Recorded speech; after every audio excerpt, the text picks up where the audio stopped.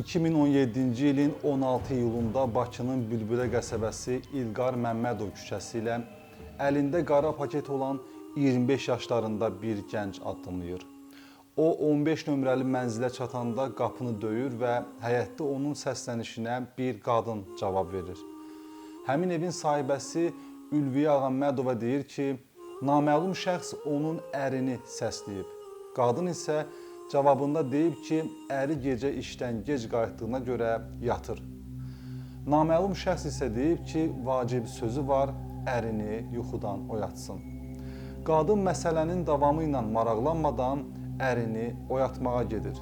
Daha sonra onun əri Vasif Ağammədov qapıya yaxınlaşır.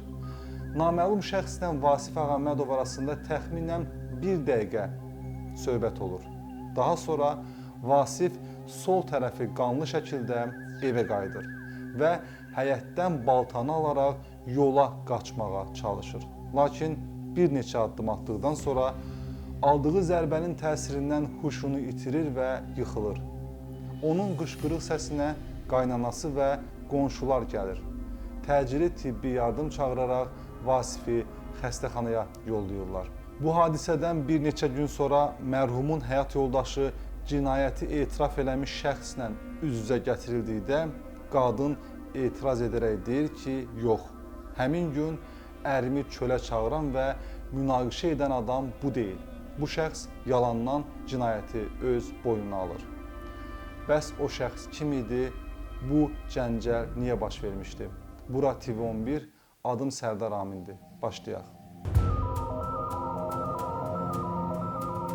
2017-ci il iyulun 16-sında 3 saylı şəhər kliniki xəstəxanasından Suraxanı 31-ci polis bölməsinə zəng edilərək məlumat verilir ki, Bülbülə qəsəbəsindən bıçaq xəsarəti ilə Vasif Ağammədov adlı şəxs xəstəxanaya gətirilib və orada dünyasını dəyişib. Ekspertizanın rəyində qeyd olunur ki, onun ölümünə ürəyi zədələyən bir zərbədən sonra yaranan daxili və xarici qan itirmə olub.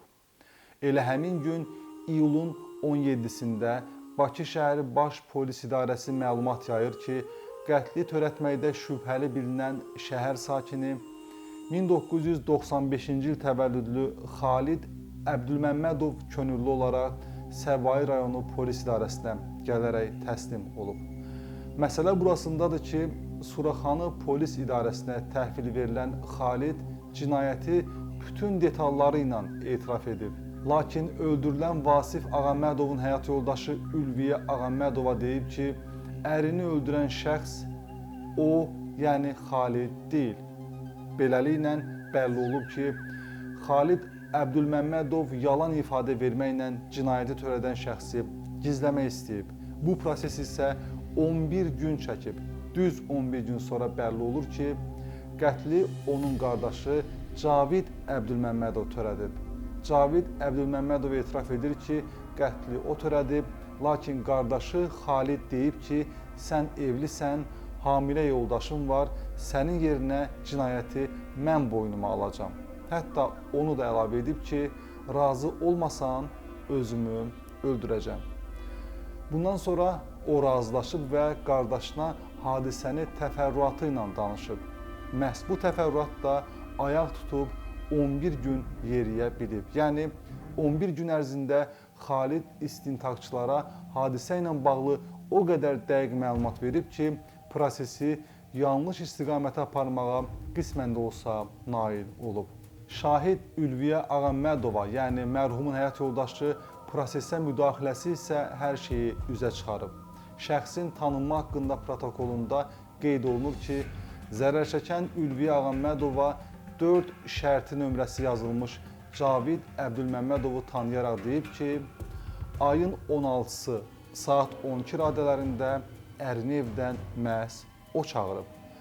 Təhlükəsiz şəhər kameralarının müşahidə etdiyi görüntülərin yer aldığı disklərə baxış keçiriləndə də görünür ki, Cavid Əbdülməmmədov Koroğlu metro stansiyasından 208 və 160 nömrəli avtobuslardan istifadə edərək üzü hava limanı istiqamətində hərəkətə başlayır. Daha sonra isə avtobus gül dükanının qarşısında dayanır və Cavid əlində paketlə avtobusdan düşərək Vasif Ağammədovun yaşadığı istiqamətə gedir. Bu məşum hadisə isə belə baş verib. Qətli törədən Cavid Əbdülməmmədov faktiki ər-arvad münasibətində yaşadığı Kəmalə Məmmədova ilə 2017-ci ilin iyulun 14-də Sabirabadın Çiçəkli kəndinə, bacanağının övladının kiçik toyuna gedib. Gecə saat 12 radələrində Bakıya qayıtmaq istədikdə Nadir adlı tanışı deyib ki, Bakıya gedən maşın var, həmin maşında gedə bilərsiniz. Cavid həyat yoldaşı ilə birlikdə dostunun tanışı olan Vasif Ağammədovun maşını ilə Bakıya qayıtmağa qərar verib. Beləliklə Cavid qabaq, yoldaşı isə arxa oturacaqda əyləşərək Bakıya doğru hərəkətə başlayıblar. Cavidin ifadəsinə görə yolda sürücünün dəfələrlə arxaya, yoldaşına baxaraq gülümsədiyini görüb. Bunun səbəbini soruşduqda sürücü deyib ki, elə-belə baxır. Daha sonra isə Cavid görüb ki, sürücü Vasif öz nömrəsini telefonunun ekranına yazaraq ekranı arxa tərəfə tutur və quru öskürəklə qadına işarə verməyə çalışaraq nömrəsini ona göstərir. Bunu gördükdə Cavid sürücüyə irad tutduğunu, sürücünün isə onun sözlərinə saymazyana yanaşdığını deyir. Cavid qeyd edir ki, bu hərəkətlərinə görə Vasifi öldürmək qərarına gəlir. Lakin yoldaşının hamilə olduğu üçün maşında bu barədə mübahisə etmir. Söhbətlərin əvvəlində o ümumi söhbət zamanı Vasifin harda yaşadığını öyrəndiyindən səhər gedib onunla söhbət edəcəyini düşünür. Yolda Vasif maşını saxlayaraq əvvəlcə qarpız alır. Daha sonra yenə bir yerdə saxlayaraq su alır. Cavid qeyd edir ki, onlar saat 3 radələrində Bakıya çatır. Vasif yenə də avtomobildən düşmədən əvvəl telefonundakı nömrəni arxaya tutaraq öskürüb və onu yenə də yoldaşına göstərməyə çalışıb. Maşından düşəndə Cavid Vasiflə görüşəcəyini deyib. Səhəri gün o saat 11:30 radələrində evdən çıxıb. Rəngli paketə mətbəx bıçağı və diqqət çəkməmək üçün bir planşet qoyub. Vasifin gecə nişan verdiyi yanacaq doldurma məntəqəsini keçəndən sonra Vasifin maşınının qapılardan birində dayandığını görüb. Həmin qapıya yaxınlaşıb, hasardan onu səsləyib və arvadından xahiş edib ki, Vasifi oyatsın.